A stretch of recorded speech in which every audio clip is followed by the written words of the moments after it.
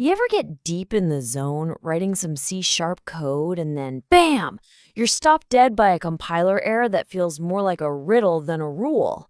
Yeah, we've all been there. Well, today we're going to crack one of C#'s classic puzzles. And there it is, that famous line, an abstract class cannot be sealed or static. Okay, fine, but why? Just following the rule isn't really the point, is it? To really get better as developers, we got to understand the why behind the what. What is it about these class types that makes them just fundamentally not get along? All right, so to solve this puzzle, we first need to meet our key players. Think of them as characters in a story: the abstract class, the sealed class, and the static class. Once we get their individual personalities, it'll be crystal clear why they can't always be on the same team. First up, we've got the abstract class. Now, the best way to think about this one is like an architectural blueprint for a house. It's got the layout, the core design, some really important rules. But it's not a house yet. It's incomplete. You can't live in a blueprint, right? Its whole reason for existing is to be a starting point, a foundation that another, more concrete class is going to come along and finish. Okay, next up is the sealed class. So if the abstract class was the blueprint, the sealed class is the finished house with a sold sign out front. It is done. It's complete, it's shrink-wrapped, it's the final version. Its main job is to put up a big stop sign and say, nope, no one can inherit from me. By design, it's a dead end, which is super useful for things like security or when you're absolutely sure a class's behavior should never, ever be changed. And our third player is the static class.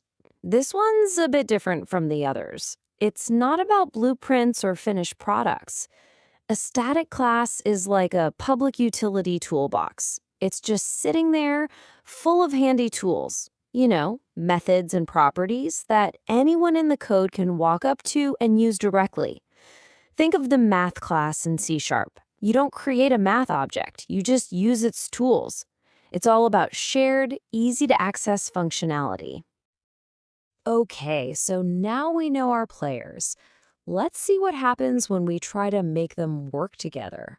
First up, the big showdown, the blueprint versus the finished product. Our abstract class versus our sealed class. And this, right here, boils the entire conflict down to a single line. It's all about purpose. The abstract class is designed for inheritance. That's its job. Meanwhile, the sealed class is designed to prevent inheritance. They are, by their very definitions, complete and total opposites. It's a straight-up logical paradox. The abstract class is screaming, hey, someone must inherit from me to finish the job.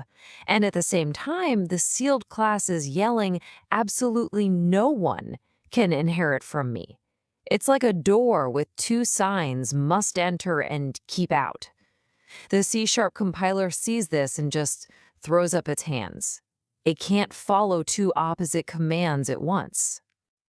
So let's just walk through the logic here. Step 1. An abstract class is, by its very nature, incomplete. Step 2. It is counting on a child class to come along and fill in the missing pieces. But step 3, sealing it builds a brick wall, making it impossible for any child class to ever exist. Which means that incomplete code is stuck. It can never be finished and it can never be used. You've basically drawn up a beautiful blueprint for a house and then made it illegal for anyone to ever build it. Okay, so abstract versus sealed makes perfect sense. They're mortal enemies. But what about abstract versus static? This one's a little more subtle, but it's just as much of a design clash. Let's see what happens when the blueprint meets the public toolbox. And here's the core of this conflict. Abstract classes are all about instances, objects. Their whole life journey is to eventually lead to a child class that you can create an instance of. Static classes, on the other hand, their entire philosophy is to exist without ever having an instance. See, abstract classes are the foundation for a really powerful idea called polymorphism. That's where you can have different child classes that all implement the same method in their own unique way. And your program figures out which one to use on the fly at runtime. It's dynamic. Static classes, though, they live in a totally different world. Everything about them is locked in at compile time. There's no dynamic behavior, no objects, no polymorphism. This quote just nails it, doesn't it? An abstract class is waiting for its child to be born as an object. That's its entire purpose. A static class is designed specifically to make sure no object is ever created from it. Their philosophies are just fundamentally incompatible. So, what's the big takeaway here? These compiler errors aren't just the computer being difficult. They're actually guardrails. They're there to guide us toward writing cleaner, more logical, and more predictable code by enforcing solid design principles. This little table really puts it all together nicely. Just look at that row for can be inherited. The only one that gets a yes is the abstract class. That is its identity. That's its superpower. So trying to make it sealed or static is like trying to take away the one thing it was designed to do. Each of these class types has a very specific and a very important role to play. And that's the bottom line. When you really get the why behind these rules, you stop being someone who just follows a recipe and you become the chef. You start making intentional design decisions. And when you know the right tool for the job, you build applications that are way more flexible, more powerful, and a whole lot easier to maintain. So that's the real question to walk away with. This isn't just about avoiding a compiler error. It's about seeing your code with a new perspective. So the next time you're mapping out a class hierarchy, think about it.